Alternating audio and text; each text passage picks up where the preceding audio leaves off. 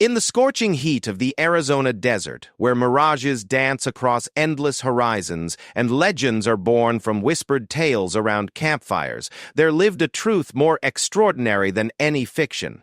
For decades, ranch hands spoke in hushed tones about the mysterious figure who appeared at dawn, moving like smoke through the cattle, vanishing before anyone could get close enough to see a face. They called her the ghost of Copper Canyon Ranch, a spirit who watched over the land with an otherworldly presence that made grown men cross themselves and horses shy away from certain trails.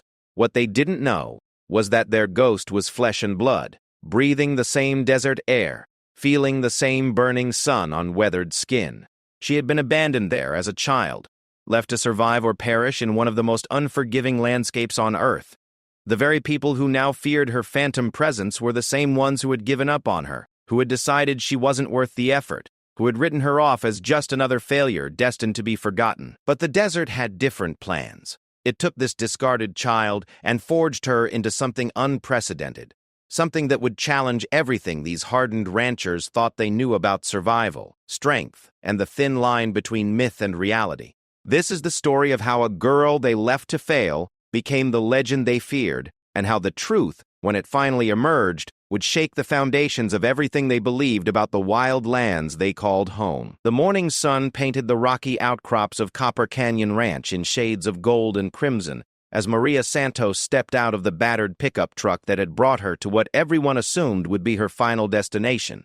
At 12 years old, she was small for her age, with dark hair that caught the desert wind and eyes that held a wariness far beyond her years. The social worker who had driven her here, Mrs. Patterson, shuffled through her paperwork with the efficient detachment of someone who had delivered dozens of children to similar fates. "The Hendersons are good people," Mrs. Patterson said, though her tone suggested she was trying to convince herself as much as Maria. "They've been running this ranch for 30 years. They know how to handle difficult cases." Maria said nothing. She had learned long ago that words rarely changed anything, especially when adults had already made up their minds. She clutched her single duffel bag, which contained everything she owned in the world: 3 changes of clothes, a worn paperback book about wild horses, and a small wooden carving of a wolf that her grandfather had given her before he died. It was the only connection she had left to the Apache heritage that flowed through her veins, though no one at the various foster homes had seemed to care about such things. Frank Henderson emerged from the main ranch house, a weathered man in his 50s with calloused hands and squinting eyes that had seen too many harsh seasons. His wife, Dorothy, followed a few steps behind, wiping flour from her hands on a kitchen towel. They looked like decent people, but Maria had learned not to trust first impressions. Decent people had disappointed her before. "So this is the girl," Frank said, looking Maria up and down like he might examine a horse he was considering purchasing. "She looks small. You sure she can handle the work out here?" "She's stronger than she appears," Mrs. Patterson replied quickly. "Maria has been through a lot, but she's resilient. The court thinks the structure and fresh air of ranch life might be exactly what she needs." What the court didn't mention, and what Mrs. Surreyas Patterson carefully avoided saying, was that Maria had already been through 7 foster homes in 3 years. Each placement had ended the same way, with phone calls about her being difficult to manage, too independent, or unsuitable for family life. The truth was simpler and more painful. Maria had never learned how to trust, and adults had never learned how to reach her. Dorothy stepped forward with a smile that didn't quite reach her eyes. "Well, come on in, honey. Let's get you settled. You must be tired from the drive." The ranch house was simple but clean, with thick adobe walls that kept out the desert heat and windows that looked out over vast stretches of scrubland dotted with mesquite and Palo Verde trees. Maria was shown to a small room at the back of the house, furnished with a narrow bed, a dresser, and a window that faced the horse corrals. It was more space than she'd had in most places, but it felt temporary, like everything else in her life. "Dinner's at 6, Dorothy explained, setting a pitcher of water on the dresser. "We eat together as a family. Frank will show you around the property tomorrow and explain your chores."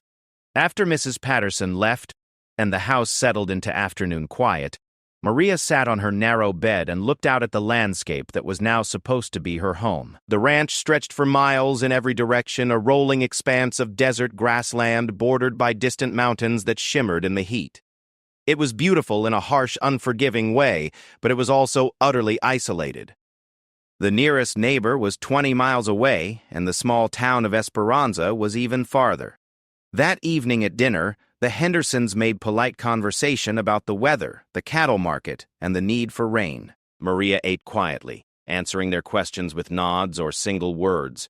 She could feel them studying her, trying to figure out what they had gotten themselves into. Frank seemed particularly skeptical, glancing at her thin arms and wondering aloud how she would manage the physical demands of ranch work. "She'll toughen up," Dorothy said with forced optimism. "All kids do out here. The desert has a way of making people stronger." What they didn't know was that Maria was already stronger than they could imagine. She had survived things that would have broken many adults, had learned to read people's intentions from subtle shifts in their voices, had developed an almost supernatural ability to sense danger before it revealed itself. The desert wouldn't have to make her stronger. It would just give her room to show what she already was. The first weeks at Copper Canyon Ranch followed a predictable pattern. Maria was given simple chores, feeding the chickens, collecting eggs, helping Dorothy in the vegetable garden. Frank watched her work with the grudging approval of someone who had expected less, but he still treated her like a temporary inconvenience, someone who would eventually prove too much trouble and be sent away like all the others. The ranch employed 6 full-time hands, most of them men who had been working cattle for decades. They were polite to Maria but distant, treating her like the boss's charity case rather than someone who belonged there. She heard them talking sometimes when they thought she couldn't hear, speculating about how long she would last, sharing stories about other foster kids who had come and gone over the years. "Remember that boy they had here about 5 years ago?" said Jake Morrison, the lead hand, as he and the others sat on the porch after a long day. "Lasted maybe 3 months before he ran off in the middle of the night. These city kids just can't handle the isolation." "This one's different, though," observed Carlos Mendez, a quiet man who had worked the ranch longer than anyone. "She doesn't complain, doesn't ask for anything. Almost like she's not really here sometimes." They were closer to the truth than they realized. Maria had learned to make herself invisible, to move through spaces without drawing attention, to observe everything while revealing nothing about herself. It was a survival skill that had served her well in foster homes, but here on the vast ranch, it took on an almost mystical quality. She began to explore the property during her free time, walking farther and farther from the main buildings each day. The desert revealed itself to her slowly, teaching her its rhythms and secrets. She learned which plants held water in their stems, which rocks provided shade during the hottest part of the day, which animal tracks meant fresh water was nearby. Her Apache grandfather had begun to teach her these things before he died, and now the knowledge seemed to awaken in her blood, passed down through generations of people who had thrived in this harsh landscape. Frank noticed her disappearing for hours at a time and initially tried to restrict her wanderings. "It's dangerous out there," he warned. "Rattlesnakes, mountain lions, flash floods. Easy to get lost and die of thirst before anyone finds you."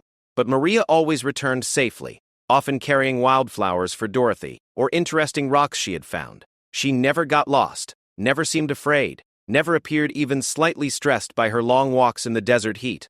If anything, she seemed more alive, more present when she came back from her explorations. "Maybe she's part lizard," joked Tommy Vasquez, one of the younger ranch hands, after seeing Maria return from a 6-hour walk without even breaking a sweat. The truth was more complex and more remarkable. Maria was learning to read the desert like a book, understanding its moods and dangers with an intuition that seemed almost supernatural. She could smell rain hours before the first clouds appeared, could predict when a dust storm was coming by the behavior of the animals, could find her way across trackless terrain by reading signs that were invisible to everyone else. It was during her 4th month at the ranch that something happened that would change everything. A prize bull, worth more than most people made in a year, broke through a fence during a thunderstorm and disappeared into the vast rangeland. Frank organized search parties that scoured the property for 3 days without finding any trace of the animal. The bull seemed to have vanished completely, and Frank was facing the possibility of losing not just a valuable animal, but his reputation as a capable rancher.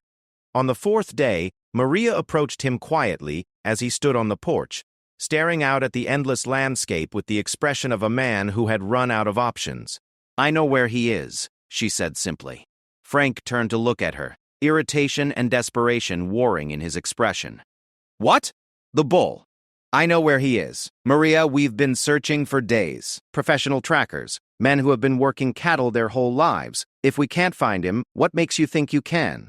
Maria didn't argue or try to explain. She simply walked to the edge of the porch and pointed toward a section of the ranch that the search parties had covered twice. "He's in the Old Box Canyon, about 4 miles northeast of the windmill. There's a hidden entrance behind a rock slide that happened during the storm.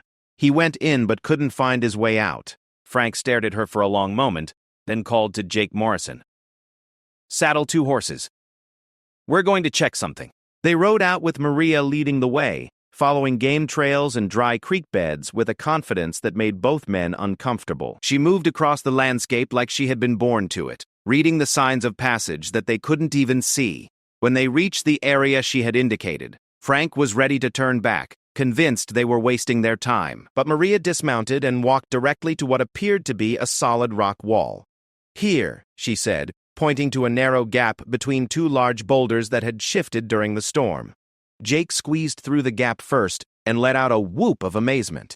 The bull was there, exactly as Maria had said, trapped in a small canyon with steep walls and no visible exit except the hidden entrance.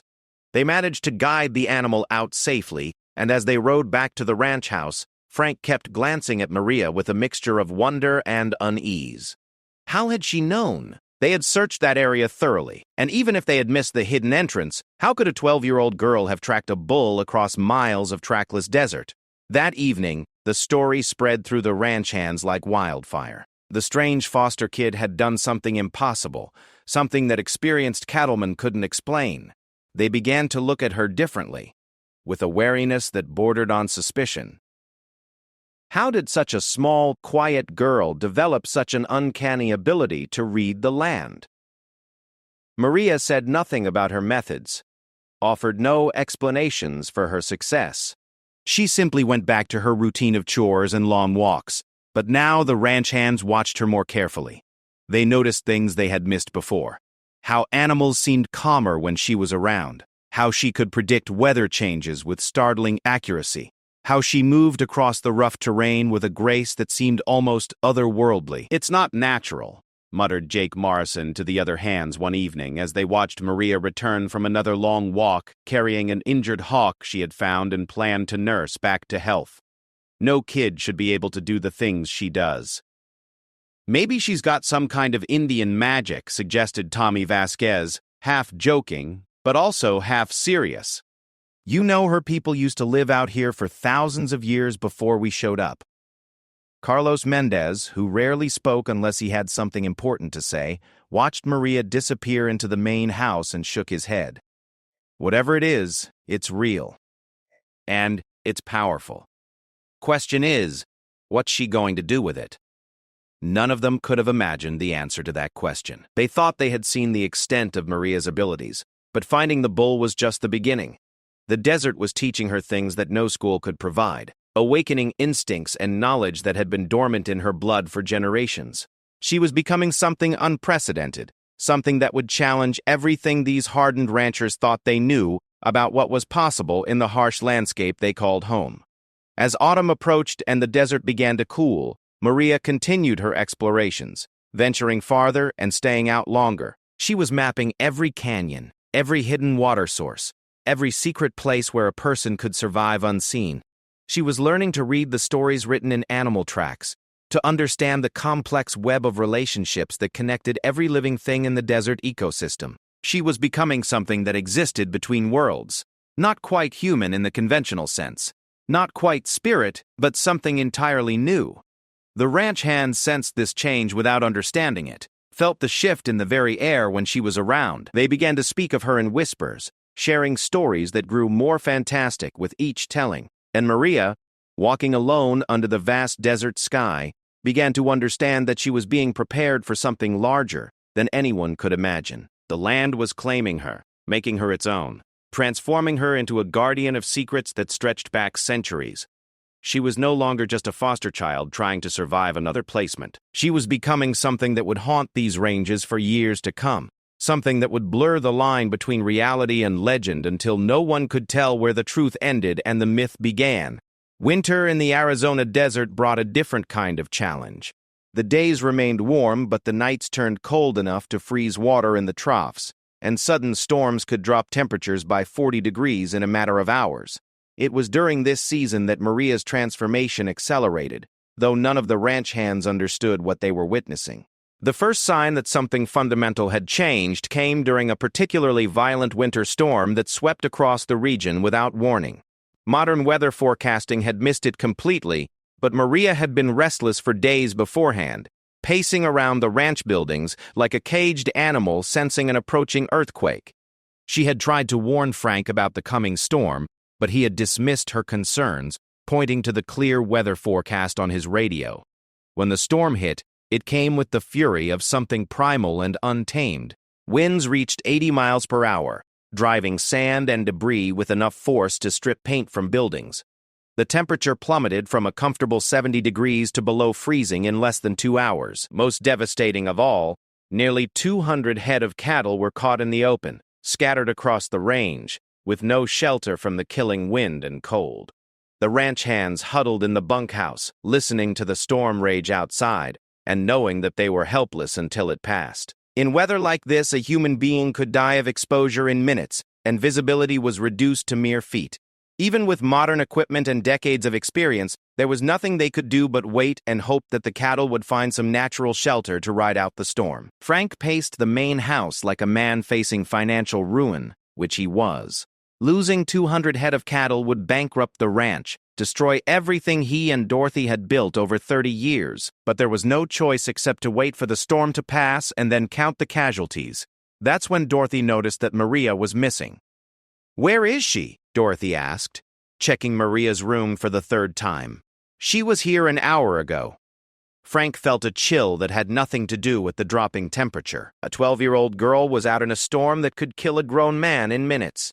He grabbed his heavy coat and prepared to organize a search party, but Jake Morrison stopped him at the door. "Frank, we can't go out there. We'd be dead before we made it 50 yards. The wind's too strong, visibility's 0. We'll have to wait until it passes and hope she found shelter somewhere." The storm raged for 6 hours, the longest 6 hours of Frank Henderson's life. He had never particularly liked the strange foster girl who had been dumped on his ranch, but the thought of her dying alone in the desert filled him with a guilt that surprised him with its intensity. Dorothy sat by the window staring out into the howling darkness and praying to a god she hoped was listening. When dawn finally came, the storm had passed as suddenly as it had arrived, leaving behind a landscape transformed by sand and debris. Frank and his men saddled up immediately, planning to search for Maria first and then assess the cattle losses. They expected to find her body somewhere in the desert, another casualty of the harsh land that had claimed so many over the years. What they found instead changed everything they thought they knew about what was possible. The cattle were not scattered and dying as everyone had expected. Instead, they were gathered in 3 large groups in natural shelters that the ranch hands had never known existed. A hidden box canyon with high walls that blocked the wind, a grove of ancient cottonwoods near a forgotten water source, and a series of caves that had been carved into a mesa by thousands of years of erosion. And moving between these groups like a guardian spirit was a figure that took their breath away. Maria had not only survived the storm, she had somehow managed to gather and guide nearly all of the scattered cattle to safety. She moved across the broken landscape with impossible grace, appearing and disappearing among the animals like smoke, her small figure barely visible against the desert background. When she spotted the approaching riders, she raised one hand in acknowledgement, but did not approach them. Instead, she faded back among the rocks and vanished completely, leaving the men to stare in amazement at the cattle she had saved. "How?" whispered Tommy Vasquez, his voice barely audible over the wind.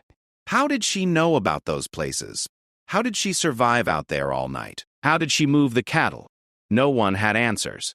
Jake Morrison, who had worked cattle for 30 years, knew how difficult it was to move even a small herd in good weather with multiple riders and trained horses. Moving 200 frightened animals during a violent storm seemed impossible, especially for a 12-year-old girl on foot. But the evidence was undeniable. Not only had Maria saved herself, she had saved Frank's entire herd, preserving the ranch from financial disaster. When they counted the cattle, only 3 animals were missing, and those were found later that day, unharmed but separated from the main groups. Frank returned to the ranch house in a state of shock, unable to explain to Dorothy what had happened. Maria appeared at dinner as if nothing unusual had occurred, quietly eating her meal and answering questions about her night with simple statements that revealed nothing. "I found places where the animals could be safe," she said when Frank pressed her for details. "The storm wasn't as bad if you knew where to go." "But how did you know where to go?" Frank asked. "Those places, some of us have been working this land for decades and never knew they existed." Maria looked at him with those dark eyes that seemed to hold depths no 12-year-old should possess. "The land tells you things if you know how to listen." From that day forward, the ranch hands began to speak of Maria in whispers. The story of the storm spread beyond Copper Canyon Ranch, growing more fantastic with each telling.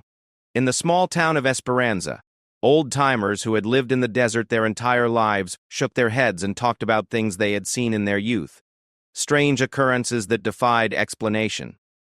"My grandfather used to tell stories about people like that," said Elena Morales, who ran the general store in town. Apache shamans who could speak to the animals, who knew the secret places, who could disappear into the landscape itself. But those were just stories, weren't they?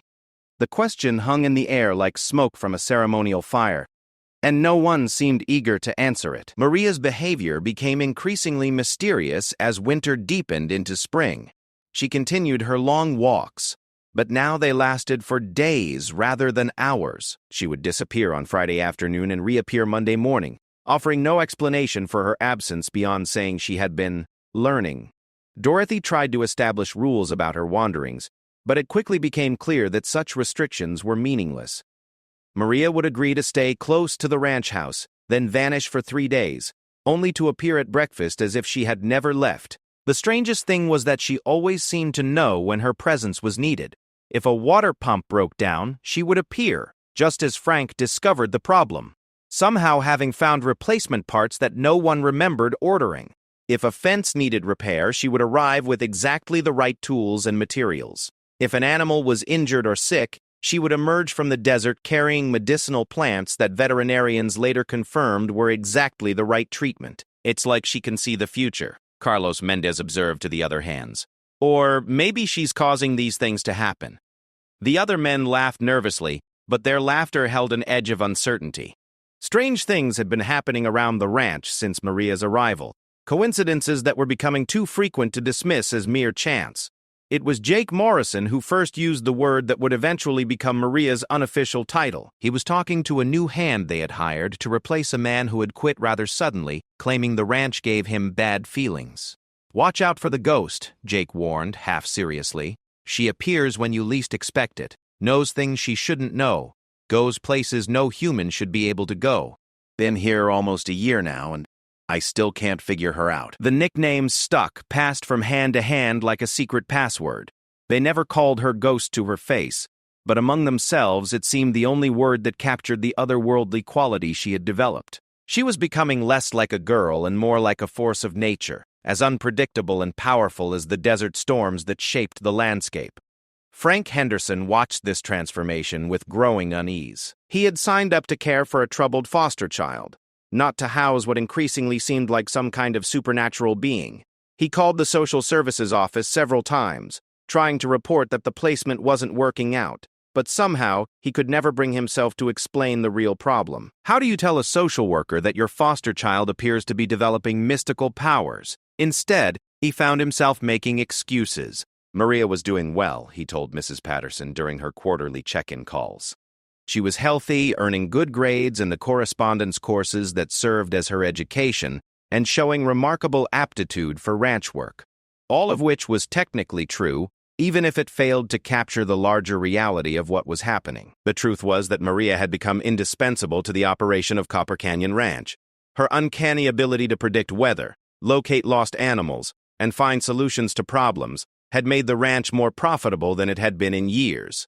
Frank was afraid that removing her would bring back all the difficulties they had faced before her arrival, plus the added burden of trying to explain her absence to hands who had begun to depend on her mysterious interventions. But late at night, lying in bed and listening to Dorothy's worried breathing beside him, Frank wondered what they were harboring. Was Maria still human in any meaningful sense, or had she become something else entirely? And if she was becoming something else, what did that mean for everyone around her? The answer to those questions would come sooner than anyone expected, in a way that would force everyone at Copper Canyon Ranch to confront the reality of what Maria Santos had become. Spring brought new challenges as the annual cattle drive approached. Every year, Frank moved his herd to summer pastures in the mountains, a journey that required crossing 60 miles of some of the most difficult terrain in Arizona. It was dangerous work that demanded perfect coordination between riders and horses, precise timing to avoid the worst heat of the day, and intimate knowledge of water sources and safe camping spots. This year would be different. This year, they would have the ghost riding with them, and none of them could predict what that would mean. 3 days before the drive was scheduled to begin, Maria approached Frank with a request that left him speechless. "I want to ride point," she said simply. Point position was reserved for the most experienced rider, the person who scouted ahead of the herd to identify dangers and find the best route. It required not just excellent riding skills, but also the kind of knowledge that came from years of experience in the desert. Frank had been planning to ride point himself as he had for 20 years. "Maria, you don't even have a horse," he said, "and you've never been on a cattle drive before. Point is too dangerous for someone without experience." "I'll find a horse," she replied with the quiet confidence that had become her trademark. "And I have all the experience I need." Frank started to argue, but something in her expression stopped him. Over the past year, he had learned that when Maria said she could do something, she usually meant it. And they had never needed an experienced scout more than they would on this drive. Drought conditions had changed many of the traditional routes, and recent storms had created new hazards that even Frank didn't fully understand. "We'll see," he said finally, which was as close to agreement as he could manage. 2 days later, Maria appeared at the corrals riding a horse that no one had ever seen before. It was a magnificent animal, a paint with unusual markings that seemed to shift and change in different light. More remarkably, the horse responded to Maria as if they had been partners for years, anticipating her commands and moving with a fluid grace that made them appear to be a single entity. "Where did that horse come from?" Jake Morrison asked, staring in amazement. "I found him," Maria replied, which explained nothing and everything. Frank spent an hour testing Maria's riding skills and was forced to admit that she rode better than men with 30 years of experience.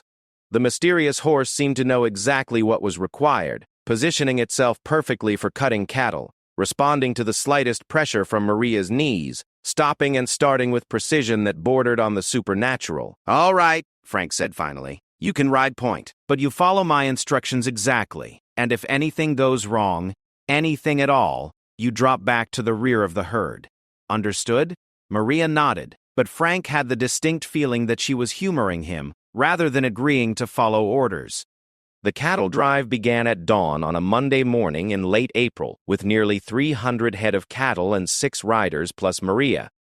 It should have been one of the most difficult drives in years, crossing terrain made treacherous by recent weather, and navigating around areas where traditional water sources had dried up. Instead, it became a journey that the participants would talk about in whispers for the rest of their lives.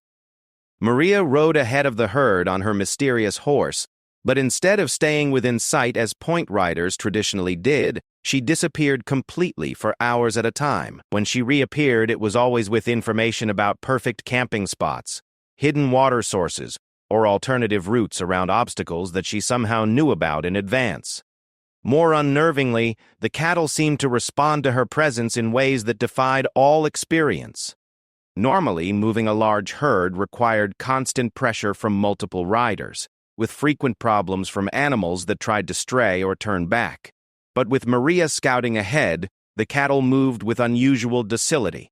following the planned route as if they understood exactly where they were supposed to go.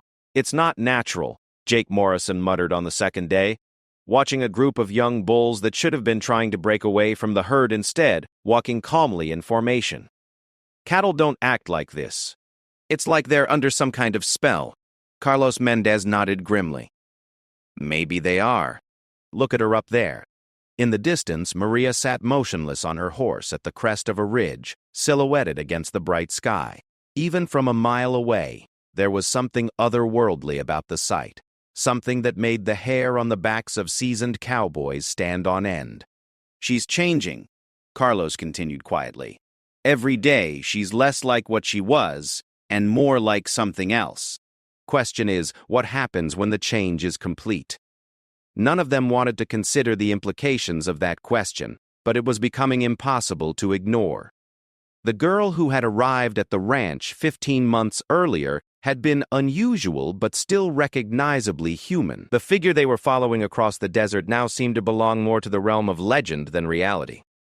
On the third night of the drive, camping beside a hidden spring that Maria had somehow located in an area that maps showed as completely dry, Frank finally worked up the courage to confront her directly. "Maria," he said, sitting down beside her as she stared into the flames of their campfire, "I need to ask you something, and I need you to give me an honest answer." She turned to look at him, her dark eyes reflecting the firelight in a way that made him deeply uncomfortable. "What are you?" he asked simply. "What have you become?" Maria was quiet for so long that Frank began to think she wouldn't answer. When she finally spoke, her voice carried an authority that seemed far too mature for her 14-year-old body. "I'm what this land needs me to be," she said. "What it's always needed but never had before. And what's that?" She smiled then, an expression that held both kindness and something that might have been pity. "A guardian," she said. "Someone who can protect the old ways and the new ways both. Someone who can walk between worlds." Frank felt a chill that had nothing to do with the desert night air. What old ways, what worlds? But Maria had already turned back to the fire, and something in her posture made it clear that the conversation was over. The cattle drive concluded without incident, but the men who participated in it were changed by the experience. They had seen things that challenged their understanding of what was possible, witnessed displays of knowledge and ability that defied rational explanation. Most troubling of all, they had begun to suspect that Maria Santos was no longer entirely human, if she ever had been. When they returned to Copper Canyon Ranch, word of their strange journey had somehow preceded them. Other ranchers began calling with questions about their secret weapon, wanting to know how Frank had managed such a successful drive in such difficult conditions. But Frank found himself unable to explain what had happened, partly because he didn't understand it himself, and partly because he was beginning to suspect that some truths were too dangerous to share. Maria resumed her routine of long disappearances into the desert, but now she was gone more often than she was present. When she did appear at the ranch, it was increasingly as a mysterious figure glimpsed at dawn or dusk, rather than a girl sitting down to dinner with the family. Dorothy stopped setting a place for her at the table, though she continued to leave food that somehow disappeared during the night. The transformation was accelerating, and everyone could feel it building towards some kind of culmination. The question was not whether Maria would eventually disappear entirely into whatever she was becoming, but what would happen when she did, and whether the people of Copper Canyon Ranch would ever see her again. The answer would come in the most unexpected way possible, during an event that would finally reveal the full extent of what Maria Santos had become, and force everyone who knew her to confront the reality that they had been living alongside something far more extraordinary than any of them had imagined. The summer of Maria's second year at Copper Canyon Ranch brought a drought unlike anything the region had experienced in living memory. Wells that had produced water for generations ran dry, and the usually reliable seasonal streams became nothing more than cracked earth lined with the bleached bones of long-dead trees. The situation was so severe that neighboring ranchers began selling their herds at devastating losses rather than watch them die of thirst. Frank Henderson faced the same terrible choice. His cattle were losing weight rapidly, and the traditional water sources on his land had failed one by one. The deeper well near the main house still produced enough water for domestic use, but it wouldn't support 300 head of cattle much longer. Financial ruin stared him in the face, the inevitable result of a natural disaster that no amount of planning or hard work could prevent. It was during this crisis that Maria's true nature was finally revealed, in a way that left no room for doubt or rationalization. She appeared at the ranch house one morning after being absent for nearly 2 weeks, longer than any of her previous disappearances. But instead of the teenage girl who had been growing more ethereal with each passing month, she seemed somehow more solid, more present than she had in months. There was an intensity in her dark eyes that made even Frank, a man who had faced down charging bulls and violent storms, take an involuntary step backward. "I can find water," she said without preamble, enough to save the herd and keep the ranch running through the drought. Frank stared at her, hope and skepticism warring in his chest. "Maria, we've surveyed every inch of this property. The geological reports show no underground sources that we haven't already tapped." "The reports are wrong," she replied with absolute certainty. "There are sources here that no survey will ever find because they're older than the maps, older than the boundaries, older than the fences that divide the land into pieces." "What do you mean?" Maria walked to the window and pointed toward the distant mountains, barely visible through the heat shimmer. "This land has been providing water for thousands of years. Long before there were ranches or towns or roads, people lived here and thrived here. They knew secrets that were forgotten when the old ways were abandoned." Frank felt the familiar chill that Maria's cryptic statements always provoked. "You're talking about Indian sources? Sacred springs?" "I'm talking about water that belongs to the land itself, not to any people or any government. Water that exists in the spaces between what you call real and what you call impossible." Dorothy, who had been listening from the kitchen doorway, stepped forward with the expression of a woman who had reached the end of her patience. "Maria, honey, we're facing a real crisis here. Frank might lose everything we've worked for our entire lives. If you know something that can help, please just tell us straight." Maria turned to look at Dorothy with something that might have been compassion. "I can't tell you straight because you don't know how to hear crooked. Your world has rules that don't allow for what I'm offering. But if you trust me, really trust me, I can save this ranch." Frank wanted to dismiss her claims as the fantasies of a troubled teenager, but he couldn't forget the bull she had found, the storm she had predicted, the impossible success of the cattle drive. If there was even a chance she was right, he couldn't afford to ignore it. "What do you need?" he asked. 3 days, Maria replied. "Don't ask where I'm going or what I'm doing. Don't send anyone to look for me. And when I come back, do exactly what I tell you, even if it seems impossible." She was gone before Frank could respond, disappearing into the shimmering heat of the desert morning like smoke dissipating in the wind. For 3 days, the ranch hands scanned the horizon for any sign of her return, while the drought continued its relentless assault on everything they had built. On the evening of the 3rd day, just as the sun was setting behind the distant mountains, Maria reappeared in the ranch yard. But she was not alone. Walking beside her was a figure that made every man present question his own sanity. It appeared to be an elderly Apache man, dressed in traditional clothing that seemed to shift between ancient buckskin and modern fabric depending on the angle of view. His hair was white as winter clouds, and his face bore the kind of deep lines that come from a century of desert sun. Most unsettling of all were his eyes, which held depths that suggested he had seen the birth and death of worlds. "This is my teacher," Maria said simply, as if introducing her math tutor. "He's going to show you where to find water." Frank stared at the impossible figure, his mind struggling to process what he was seeing. The man looked ancient beyond measure, but he stood straight and strong, moving with the fluid grace of someone in their prime. More disturbing still was the sense of recognition that tugged at the edges of Frank's memory, as if he had seen this man before in dreams or half-remembered stories. Jake Morrison, standing nearby, made a strangled sound in his throat. "That's not possible," he whispered. "That's old Joe Crowfeather, but he died 15 years ago. I was at his funeral." The figure that might or might not be Joe Crowfeather smiled, revealing teeth that were far too white and perfect for someone of his apparent age. "Death is just another boundary," he said in a voice like wind through canyon stones, "and boundaries are meant to be crossed." The next morning, Maria and her mysterious teacher led Frank and his men to a section of the ranch that had been surveyed, mapped, and explored countless times over the decades. It was unremarkable desert terrain, distinguished only by a low rise dotted with ancient mesquite trees and carved by a dry wash that hadn't seen water in living memory.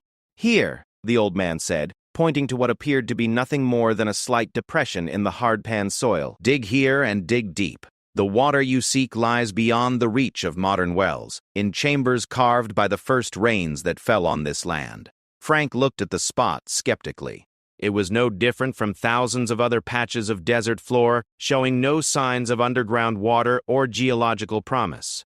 But Jake Morrison was already walking toward the equipment shed, his face pale but determined.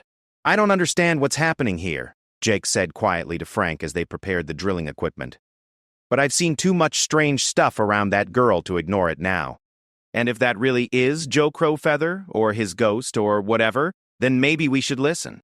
They began drilling at sunrise, expecting to hit the familiar hard clay and rock that characterized the subsurface geology of the region. Instead, the drill bit passed through layers of soil unlike anything they had encountered before, alternating between sections that seemed almost liquid and others that sparkled with mineral deposits that made no geological sense. At 50 feet, they hit the first spring, a flow of water so pure and cold it seemed to have come from melted snow rather than a desert aquifer. The old man nodded approvingly but gestured for them to continue drilling. "This is just the beginning," he said. "The true source lies deeper." At 100 feet, they struck a flow that defied all logic. Water erupted from the hole with such force that it took 3 men to control the drilling equipment, and the stream that resulted could have supplied a small town. But most remarkable of all was the water itself, which seemed to glow with its own inner light and tasted like nothing any of them had ever experienced. "Impossible," Frank breathed, staring at the fountain that was transforming his drought-stricken land into an oasis. "The geological surveys said there was no water table at this depth. This shouldn't exist." The old man placed a weathered hand on Frank's shoulder, and for a moment Frank could swear he felt energy flowing between them, a connection to something vast and ancient and utterly alien to his modern understanding of the world. "Your surveys map the world as it is," the old man said. "But there are places where the world is as it needs to be, regardless of what your instruments say is possible. This is such a place, and your Maria has learned to find them." Frank turned to look at Maria, who was sitting quietly beside the new spring, letting the crystal-clear water run through her fingers. In that moment, she seemed both completely human and utterly otherworldly, a bridge between the rational world he understood and something far more mysterious and powerful. "What are you?" he asked her again, but this time the question carried wonder rather than fear. "I'm what you needed," she replied simply. "What the land needed, what was always supposed to be here but got lost when people forgot how to see." The water from the new well transformed Copper Canyon Ranch in ways that went far beyond solving the drought crisis.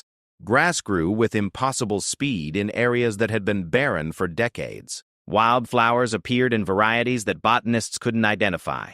Animals began congregating around the ranch in numbers that suggested some kind of supernatural attraction to the place. More mysteriously, people began reporting strange experiences when they visited the ranch.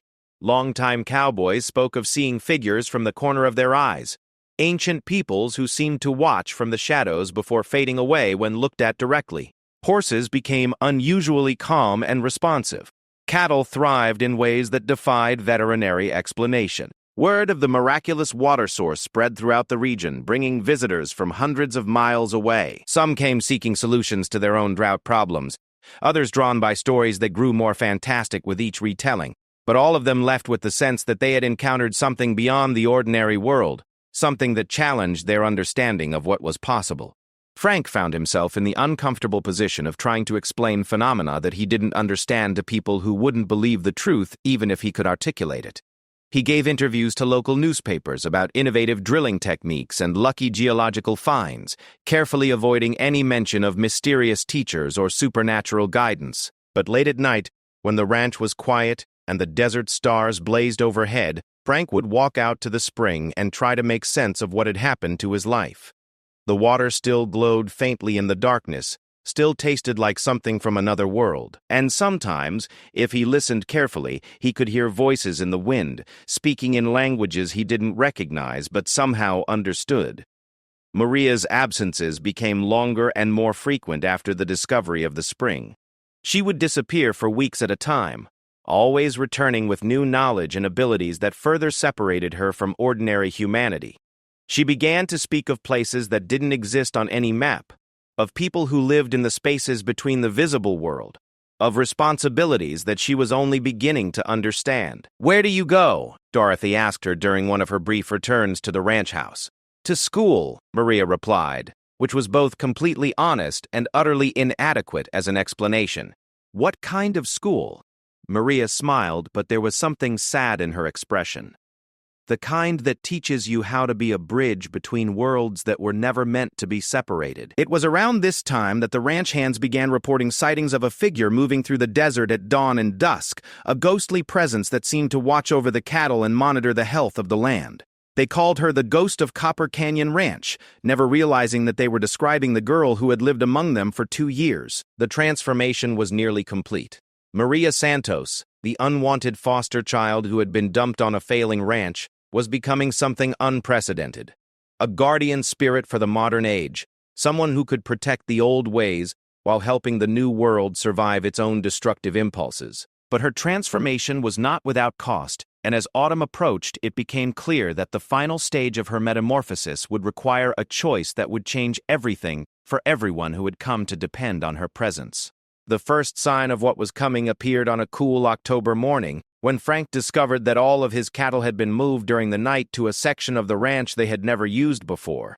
They were grazing peacefully in an area that had previously been too dry to support vegetation, but which now bloomed with grass so lush it seemed almost tropical. "How?" Jake Morrison asked, staring at the impossible meadow. "It was desert yesterday, bone-dry desert, and now it looks like Ireland." Carlos Mendez pointed toward a ridge where a familiar figure sat motionless on her painted horse, watching over the transformed landscape. She did it. Somehow she did it. But when they looked again, the ridge was empty, and the figure they had glimpsed seemed more like a memory than a real sighting. That evening, Maria appeared at the ranch house one last time, but now she seemed to flicker between visibility and transparency, as if she were only partially present in their reality. Frank and Dorothy sat with her on the porch, both sensing that this was a farewell of sorts. "Are you leaving us?" Dorothy asked, her voice thick with emotion she couldn't quite name. "I'm becoming something else," Maria replied. "Something that can't live in houses or eat at dinner tables or pretend to be an ordinary girl. But I'll still be here, watching, protecting, making sure the land and the people who care for it can survive together." Frank wanted to argue, to demand that she stay and be the daughter they had never quite allowed themselves to love. But he could see that the choice had already been made, that Maria was already more spirit than flesh, more legend than girl. "Will we see you again?" he asked. Maria smiled, and for a moment she seemed completely solid, completely present, the troubled child who had stepped out of a social worker's car 2 years earlier. "You'll see me every time a lost animal finds its way home. Every time a hidden spring appears when you need it most. Every time the land gives you what you need instead of what you deserve." She stood up from her chair, and as she walked toward the desert, her form began to fade until she was little more than a suggestion of movement against the starlit sky. "Thank you," Frank called after her, though he wasn't sure exactly what he was thanking her for. Her voice came back to them on the wind, already distant and otherworldly. "Thank you for giving me time to become what I was always meant to be." By morning, she was gone completely, leaving behind only a few personal belongings and a legacy that would transform Copper Canyon Ranch into one of the most successful and mysterious operations in the Southwest. The ghost stories began within days of her departure, tales of a spectral figure that moved through the desert like wind, appearing when needed and vanishing when the crisis passed. The ranch hands told these stories with a mixture of pride and unease, aware that they had been witnesses to something extraordinary but uncertain about what it all meant. Frank and Dorothy never spoke publicly about Maria's true nature or the circumstances of her departure. Officially, she had been transferred to relatives in another state, a plausible story that satisfied social services and deflected uncomfortable questions. But privately, they knew they had been entrusted with the care of something far more significant than a troubled foster child. They had harbored a spirit in the making, watched a young girl transform into a guardian legend, and been privileged to witness the birth of a new kind of myth for a new age. The ghost of Copper Canyon Ranch was more than just a local legend. She was proof that the old magic hadn't died with the old ways, that there were still bridges between the world of facts and the world of wonders, and that sometimes the most extraordinary transformations happened in the most ordinary places. The story would continue, of course, because legends never really end. They just change form, adapt to new circumstances, find new ways to touch the lives of people who need to believe in something larger than themselves. Maria Santos had become such a legend, and her presence would be felt on the ranch and throughout the region for generations to come. But the most remarkable part of her story was still to come, in the form of an encounter that would finally reveal the full scope of what she had become, and force everyone who thought they understood her to realize that they had only glimpsed the beginning of something far more extraordinary than any of them had imagined. 3 years passed after Maria's transformation into the ghost of Copper Canyon Ranch, and the legend that surrounded her continued to grow. Stories spread throughout Arizona and into neighboring states, tales of a mysterious figure who appeared during times of crisis to help those who worked the land with respect and integrity. Ranchers spoke of lost cattle found safe in impossible locations, of water discovered during the worst droughts, of storms that changed course to avoid destroying crops. But legends, like all living things, must evolve to survive, and the ghost was about to face her greatest test. The threat came in the form of Consolidated Western Development, a massive corporation that had been quietly buying up ranch land throughout the Southwest. Their plan was ambitious and devastating: to create the largest solar energy installation in North America, a project that would require the acquisition of nearly 500,000 acres of desert rangeland, including Copper Canyon Ranch. Frank Henderson first learned of the threat during a visit to the bank in Esperanza, where his loan officer mentioned that several neighboring ranches had received offers too generous to refuse. "They're offering 3 times market value for raw land," the banker explained. "Most folks can't afford to say no to that kind of money." Frank felt his stomach tighten. What happens to the land after they buy it? Solar panels as far as the eye can see. They're talking about powering half of California with electricity generated out here. Progress, I guess, though it'll sure change the character of the region. That evening, Frank sat on his porch and looked out over the vast expanse of desert that had been his home for 30 years. It was hard to imagine this ancient landscape covered with solar panels and access roads, the subtle ecosystem that had taken millennia to develop destroyed in the name of renewable energy. The irony was bitter, destroying the desert to save the environment. 2 weeks later, representatives from Consolidated Western arrived at Copper Canyon Ranch. They came in expensive SUVs, wearing suits that cost more than most ranch hands made in a month, carrying briefcases full of contracts and environmental impact studies. The lead negotiator was a woman named Jennifer Walsh, a polished executive with the kind of aggressive competence that came from years of closing difficult deals. She spread maps across Frank's kitchen table and outlined the company's plans with the enthusiasm of someone describing a wonderful vacation. "This region has some of the most consistent solar exposure in North America," she explained, pointing to charts and graphs. "We can generate enough clean energy here to replace 3 coal-fired power plants. It's exactly the kind of project the world needs right now."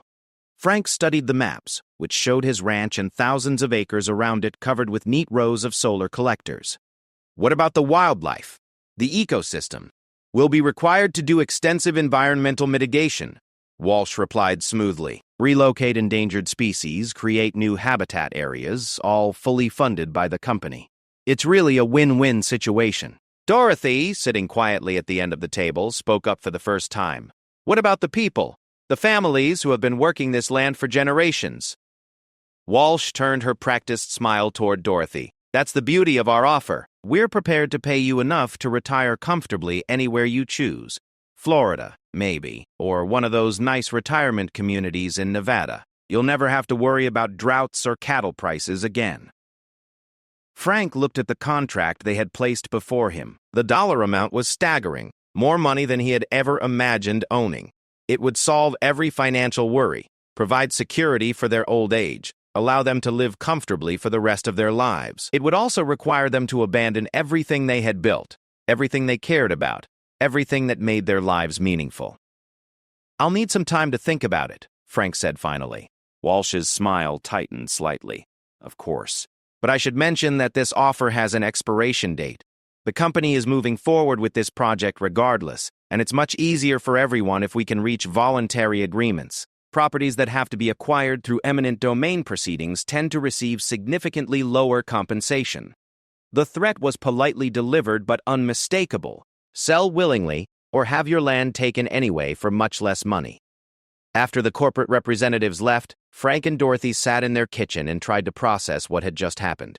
30 years of their lives reduced to a line item in a massive development project.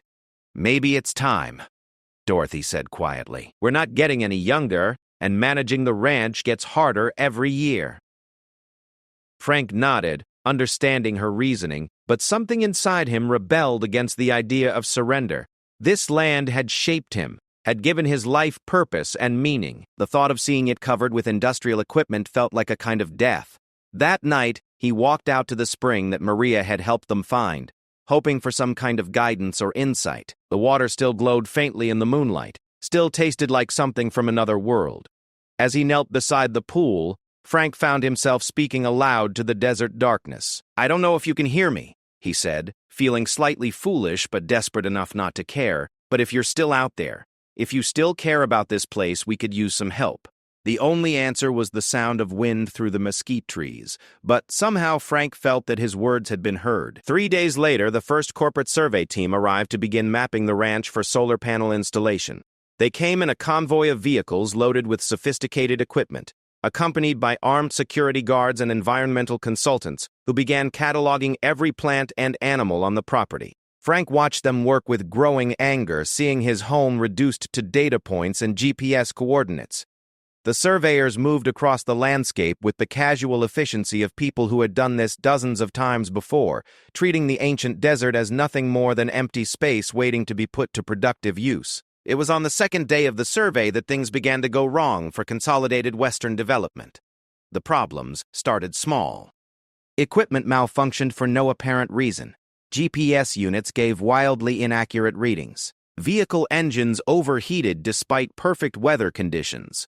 Survey markers placed carefully in the morning were found moved or missing by afternoon, with no explanation for how or why. Jake Morrison, watching the chaos from the ranch house porch, allowed himself a small smile. "Looks like the ghost doesn't approve of visitors," he observed to Carlos Mendez. The supernatural interference escalated over the following days. Survey teams reported seeing figures moving through the desert that disappeared when approached. Expensive equipment was found buried in sand with no tracks leading to or from the burial sites. Water tanks were drained overnight, leaving crews stranded without adequate supplies. Most unnerving of all were the animals. Desert wildlife began congregating around the survey teams in numbers that defied explanation. Rattlesnakes appeared in equipment cases. Coyotes followed the vehicles at distances that suggested coordination rather than curiosity.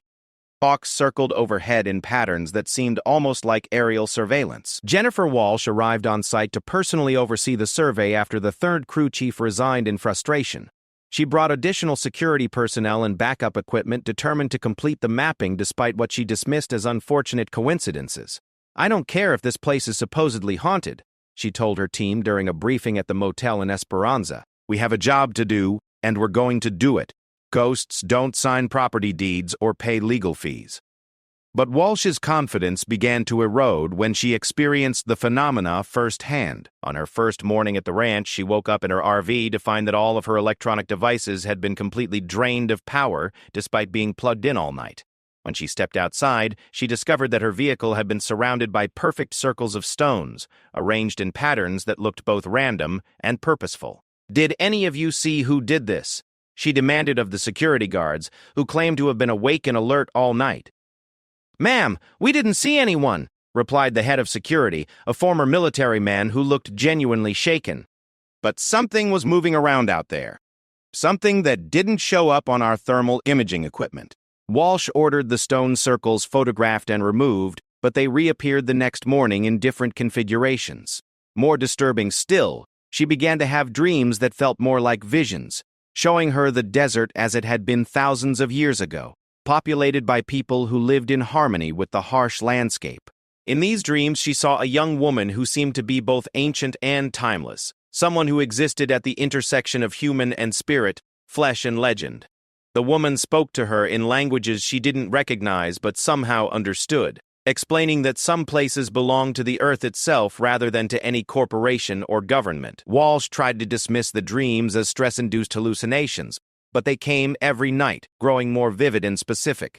She began to see the true cost of the solar installation, the destruction of archaeological sites that had never been discovered, the disruption of migration routes used by wildlife for millennia, the loss of something irreplaceable and sacred in the name of industrial progress. The breaking point came during the third week of the survey. Walsh was reviewing the day's work when one of her technicians burst into her trailer in a state of near panic. "You have to see this," he gasped. "The thermal satellite imagery from today. It's impossible, but it's right there on the screen." Walsh followed him to the monitoring station, where several team members stood staring at a computer display in silence. The thermal image showed the ranch from an altitude of several thousand feet, with different colors representing varying temperatures across the landscape. But superimposed over the normal thermal patterns was something that made Walsh's breath catch in her throat. The heat signature clearly showed the outline of a massive human figure, arms outstretched as if protecting the entire ranch. The figure was enormous, stretching across several square miles, but perfectly proportioned and unmistakably deliberate. "How is this possible?" Walsh whispered.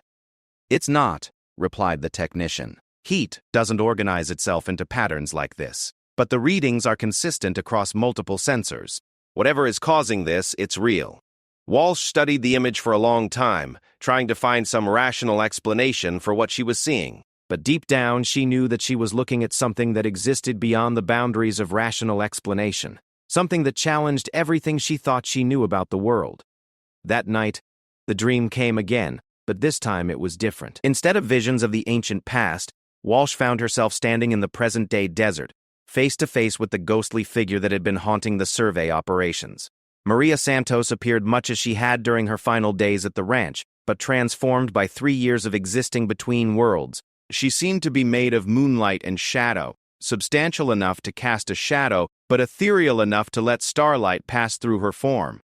"You're destroying something you don't understand," Maria said, her voice carrying the authority of someone who spoke for forces larger than any corporation. "We're trying to help the environment," Walsh replied, surprised that she could speak in the dream state. "Clean energy is essential for fighting climate change." Maria smiled sadly. "Clean energy that requires the destruction of ecosystems that took thousands of years to develop. Progress that erases the knowledge held in the rocks and plants and animals. You're solving tomorrow's problems by destroying today's miracles. What choice do we have? The world needs energy. People need jobs. The company has legal rights to this land." "Legal rights," Maria repeated, as if the words tasted bitter. "Legal according to whose law? Your government never asked permission from the people who lived here for 10,000 years, never asked the consent of the land itself." Walsh felt herself growing angry, even in the dream state. "The land doesn't have rights. It's a resource, nothing more." "Is it?" Maria gestured toward the landscape around them, which suddenly came alive with ghostly figures from the past. Walsh saw generations of Apache people who had lived in harmony with the desert, Spanish explorers who had died trying to conquer it, Mexican ranchers who had learned to work with its rhythms, American settlers who had either adapted or perished. "This land has been home to countless generations of living things," Maria continued. "It holds memories, wisdom, connections that your instruments can't measure. When you destroy it for your solar panels, you're not just removing plants and animals, you're severing connections that can never be restored." Walsh wanted to argue, to point out the economic and environmental benefits of the solar project, but something in Maria's presence made logical arguments seem inadequate. "What do you want?" Walsh asked finally. "I want you to understand that some things are more important than corporate profits or even environmental goals. Some places are sacred not because of religion or tradition, but because they're essential to the health of the whole system. Remove them, and everything else begins to break down. But the company won't stop. Even if I walk away, they'll find someone else to complete the project." Maria nodded sadly. "I know." That's why I've been preparing for what comes next. What comes next? But the dream was already fading, and Walsh found herself waking up in her RV with sunlight streaming through the windows and the sound of her team preparing for another day of frustrated surveying. She spent the morning reviewing the project files, trying to find some way to make the numbers work for a smaller installation that would leave the ranch untouched. But the economics were unforgiving. The solar project needed to be massive to generate the returns that investors expected, and Copper Canyon Ranch sat in the center of the optimal installation site. By afternoon, Walsh had made up her mind. She called her supervisor and recommended that Consolidated Western abandon the acquisition of the Henderson Ranch and redesign the solar installation around the property. "Are you out of your mind?" her supervisor demanded over the phone. "Do you have any idea how much money we've already spent on this project? We can't just leave a hole in the middle of our installation because of some rancher's sentimental attachment to his property." "There are significant environmental issues," Walsh said, grasping for rational arguments. "Endangered species habitats, archaeological sites, complex water rights. The legal challenges could tie up the project for years. Then we'll deal with the legal challenges. That's what lawyers are for. Complete the survey and move forward with the acquisition timeline." That evening, Walsh walked out into the desert alone, hoping for another encounter with the mysterious figure who had been haunting her dreams. She found herself at the spring that Frank had told her about, the impossible water source that had saved the ranch during the drought. The water glowed softly in the twilight, just as Frank had described, and as Walsh knelt beside the pool, she felt a presence that was both comforting and overwhelming. "I tried," she said aloud to the gathering darkness. "But they won't listen. The project is too big, too important to the company. They'll just replace me with someone who doesn't care about ghost stories." A voice came from behind her, so real and solid that Walsh spun around expecting to see another corporate executive. Instead, she found herself facing Maria Santos. But now the ghostly figure appeared completely solid, completely human, as if she had stepped out of the desert and back into the physical world. "Then it's time for more direct action," Maria said with a smile that held both kindness and something that might have been anticipation. Walsh stared at her in amazement. "You're real. You're actually real." "Real is a complicated word," Maria replied. "But yes, I'm here, and I'm about to show your company what happens when someone threatens something I've sworn to protect." The next morning brought news that would transform the entire solar project and establish Maria Santos as more than just a local legend. But the confrontation between ancient wisdom and modern progress was about to take a turn that no one, not even the ghost of Copper Canyon Ranch, could have predicted. The war between the corporation and the guardian spirit was about to begin in earnest, and its outcome would determine the fate of not just one ranch, but the entire relationship between human ambition and the wild places that still held the secrets of how to live in balance with the earth. The morning after Maria's promise of direct action, Jennifer Walsh woke to find that the entire corporate survey operation had been transformed overnight into something that would be remembered as either the greatest environmental miracle or the most expensive corporate disaster in southwestern history. Every piece of electronic equipment brought onto Copper Canyon Ranch had been rendered completely inoperable, not just drained of power, but somehow fundamentally altered at the molecular level. GPS units displayed coordinates that led to locations that didn't exist. Computers showed survey data for landscapes that bore no resemblance to the actual terrain. Most mysteriously, all digital photographs taken on the property had been replaced with images of the desert as it existed centuries ago, complete with wildlife species that had been extinct for decades. But the equipment failures were just the beginning. During the night, the landscape itself had changed in ways that defied every law of physics and geology that Walsh understood. New canyons had opened where there had been flat ground the day before. Ancient-looking petroglyphs had appeared on rock faces that seismic surveys showed were solid stone with no surface variations. Most impossibly of all, sections of the ranch now contained archaeological ruins that carbon dating would later prove were both thousands of years old and somehow constructed sometime after midnight. Dr. Sarah Chen, the environmental consultant brought in to assess wildlife impact, stood at the edge of one of the new canyons with an expression of complete bewilderment. "This is scientifically impossible," she told Walsh. "You can't create geological features overnight. It violates everything we know about how the Earth works." "But here it is," Walsh replied, staring down into a canyon that definitely hadn't existed 12 hours earlier.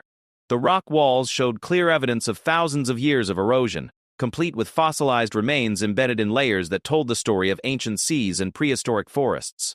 More disturbing still were the legal implications of the overnight changes. The new archaeological sites automatically triggered federal protection protocols that would require years of study before any development could proceed. Endangered species that had been absent from the area for decades had somehow reappeared in numbers that suggested stable breeding populations had been present for years.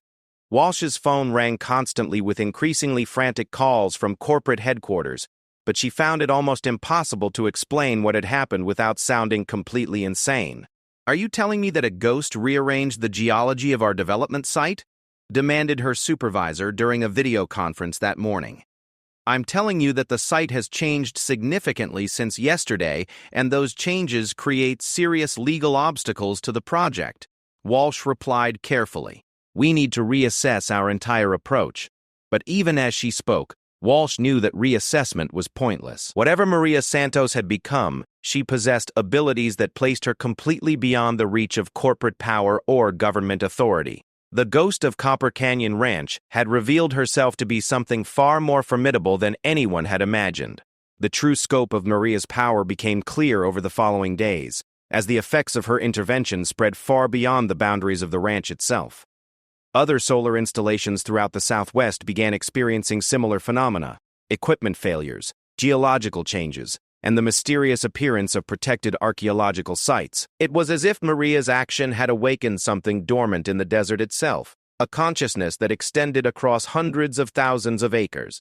Environmental groups that had been struggling for years to protect sensitive desert habitats suddenly found themselves dealing with landscapes that had transformed overnight into federally protected wilderness areas.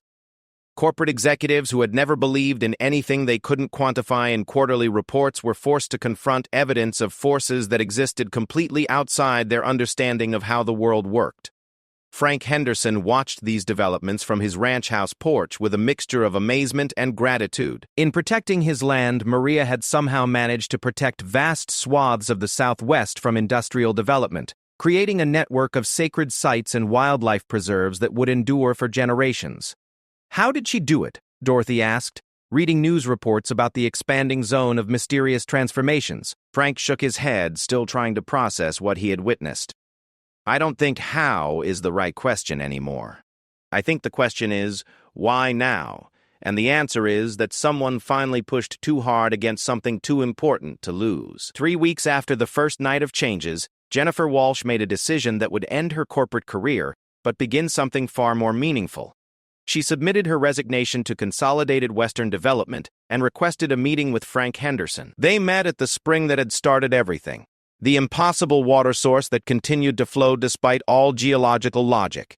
Walsh looked like a woman who had been fundamentally changed by her experiences, someone who had seen beyond the boundaries of the rational world and could never return to her previous assumptions about reality. "This is the book. It's about history. I need to understand," she said simply. "What is she? What has she become?" Frank considered the question carefully before answering. "I think she's what this land needed in order to survive. Something that could protect the old ways while dealing with the new threats. A guardian that exists between the world we can measure and the world